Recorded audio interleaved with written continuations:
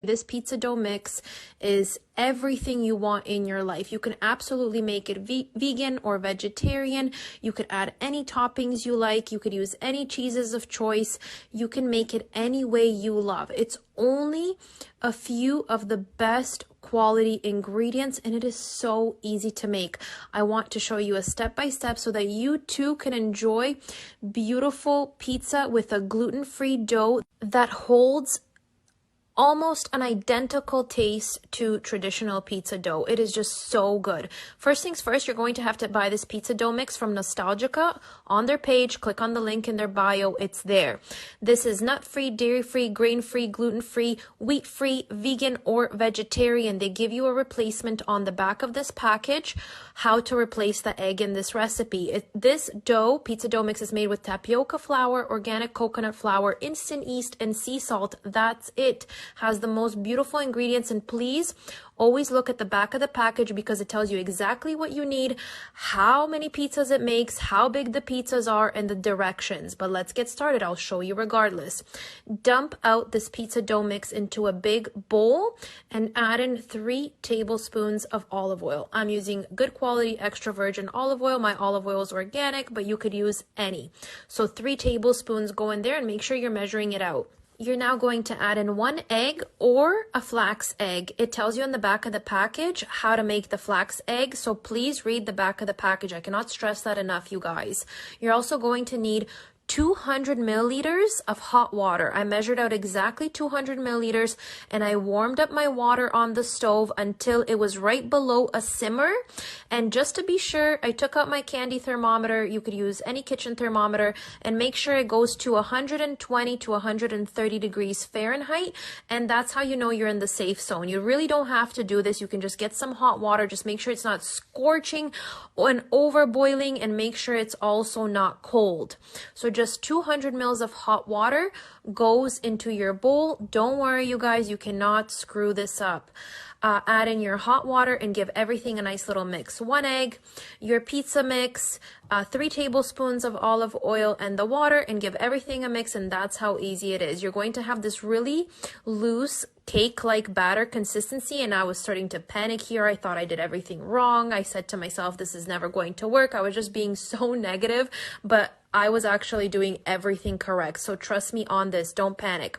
Cover it and let it rise for 40 minutes. I put mine in a cold oven away from drafts, but you can cover it and let that rise for 40 minutes. You're also going to need a nice big baking dish, whether that's a big round one or a big rectangular one like I have. And you're going to place a little bit of parchment paper on top. You're going to need 1 sheet of parchment paper so that nothing sticks. Parchment paper is a must here. Please trust me on this, you guys. Just place it on top of your baking dish, and it's going to come out flawless and beautiful. Parchment paper is a must. You're also going to need 1 more piece of parchment paper the same size, and you're going to oil it up. I oiled mine up with some olive oil because that additional sheet is going to go on top of our pizza dough that's risen, and we're going to flatten it out, and that olive oil ensures that nothing sticks. Just wait, we're getting to that part really soon. You're going to know exactly what I mean. 40 minutes later, you should have this beautiful dough. Definitely has a different type of consistency than a traditional pizza dough, but it's going to be absolutely delicious. Trust me, guys. So pour it all out and just scrape it out with one of these silicone spatulas. You don't want to leave anything behind. Just pour out your pizza dough, and now we're going to take this sheet of parchment paper and put it on top with the oil side down because we don't want anything to stick. So this is exactly what you're going to do. I had to do this a couple times, you guys. I was reading the directions. I was a little bit confused, so I'm showing you the step-by-step here. You add that piece of parchment paper that you lightly oiled up. You could oil it up with your hands, or you could oil it up with a nice brush if you want to. It's completely up to you.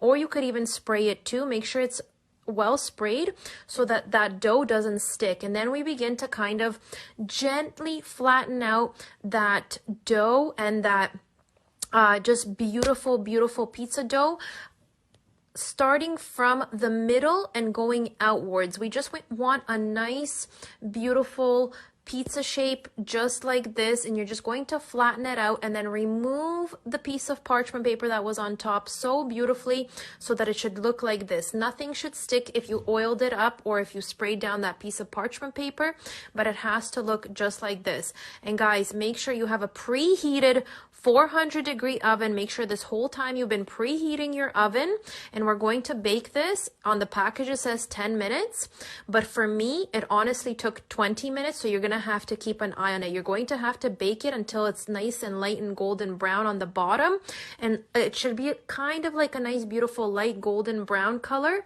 exactly like I'm showing you here.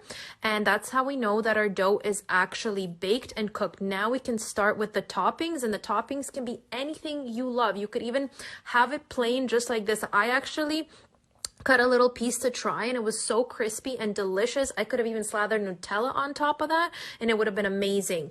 Once your pizza is baked, you're going to put your oven on broil. Do you see how I changed it from 400 to broil? Put it on broil, and now we're going to begin adding our toppings. I'm using this pizza sauce by Rails or Rouse. It's so clean. You could find it at any grocery store, but you could use any. I'm also using some Italian sausage that's dried and cured, but you could use some turkey pepperoni or regular pepperoni to lighten things up, or you could even add roasted vegetables on top of your pizza. So I am starting with a little bit of sauce, and with the back of a spoon I'm spreading out my sauce. You guys know you made pizza many times before. Just spread out your sauce like you would any other pizza dough. And because this pizza dough is cooked already, you guys, all we have to do is put this on broil for about 30 seconds until the cheese melts.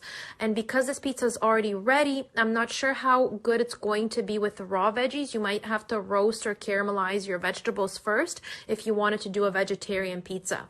On mine, I added some mozzarella, I had some ricotta on hand, I'm adding some dry oregano, and then I can finally add in that cured Italian sausage that we have.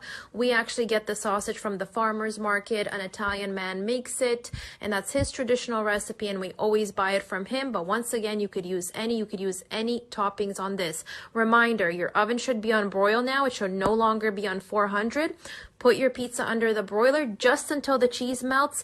Keep an eye on it like a hawk, because it can go from 0 to 100 and until the cheese is nice and melted. Once the cheese is melted, you are ready to enjoy this delicious and beautiful pizza. We added some hot chili flakes on top. I added some fresh basil.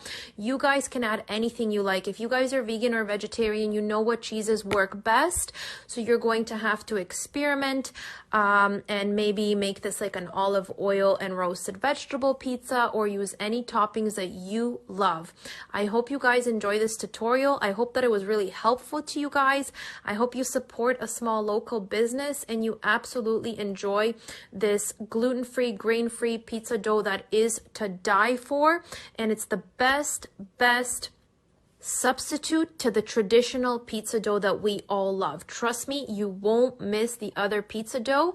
And if you have been really missing pizza dough, this could be your saving grace. I hope you guys make it. I hope you enjoy it. Next time I'm going to be making this a Nutella pizza. So I'm really excited about that. And you can make it any way you wish. You could have a goat cheese pizza with figs and ricotta and honey, prosciutto, you name it. I hope you guys enjoy this, and let me know how you made your beautiful pizza. I love you guys, and see you guys soon.